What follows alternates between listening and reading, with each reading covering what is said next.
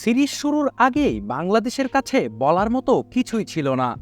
সেই ২০২৩ সালে মুলতান টেস্টের খুব কাছে গিয়েও হার। দুঃখের মাঝে এটি ছিল সামান্য পাওয়া। পাকিস্তানের মাটিতে পাকিস্তানের বিপক্ষে আরও একটি টেস্ট সিরিজ শুরুর আগে ঘুরে ফিরে এসেছিল সেই পুরনো রেকর্ড।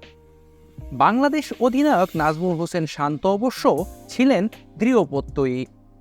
প্রথম টেস্টের আগে তাই তো শান্ত বলেছিলেন, রেকর্ড তো ভাঙা যায়।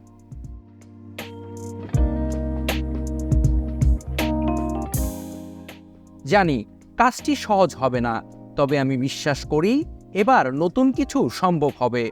আমাদের খেলোয়াড় সবাই খেলার জন্য উদ্গ্রীব হয়ে আছে। সবাই মিলে মাঠে বিশেষ কিছু অর্জন করা কঠিন কিছু নয়, কথায় নয়, কাজে প্রমাণ দিয়েছে এবার নতুন বাংলাদেশ। এসেছে নতুন অর্জন। পরিসংখ্যানের পাতায় যুক্ত হয়েছে সফলতার অধ্যায়।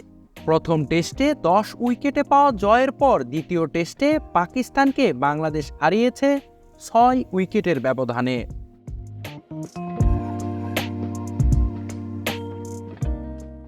স্বাগতিকদের ধবলধোলায় করে 2 ম্যাচ সিরিজ 2-0 ব্যবধানে জিতে নিয়েছে টিম টাইগার্স। রাওয়ালপিন্ডিতে অনুষ্ঠিত 2 টেস্টের শান্ত বাহিনী খেলেছে আধিপত্য বিস্তার করে। দুর্দান্ত এক সিরিজ শেষে মেহেদী হাসান মিরাজ সংবাদ সম্মেলনে আসেন শান্তকে নিয়ে। কৌতূহলী সাংবাদিকের জিজ্ঞাসা, কোথায় এলো প্রেরণা? যাতে ভর করে বাংলাদেশ সাধন করেছে অসাধ্য।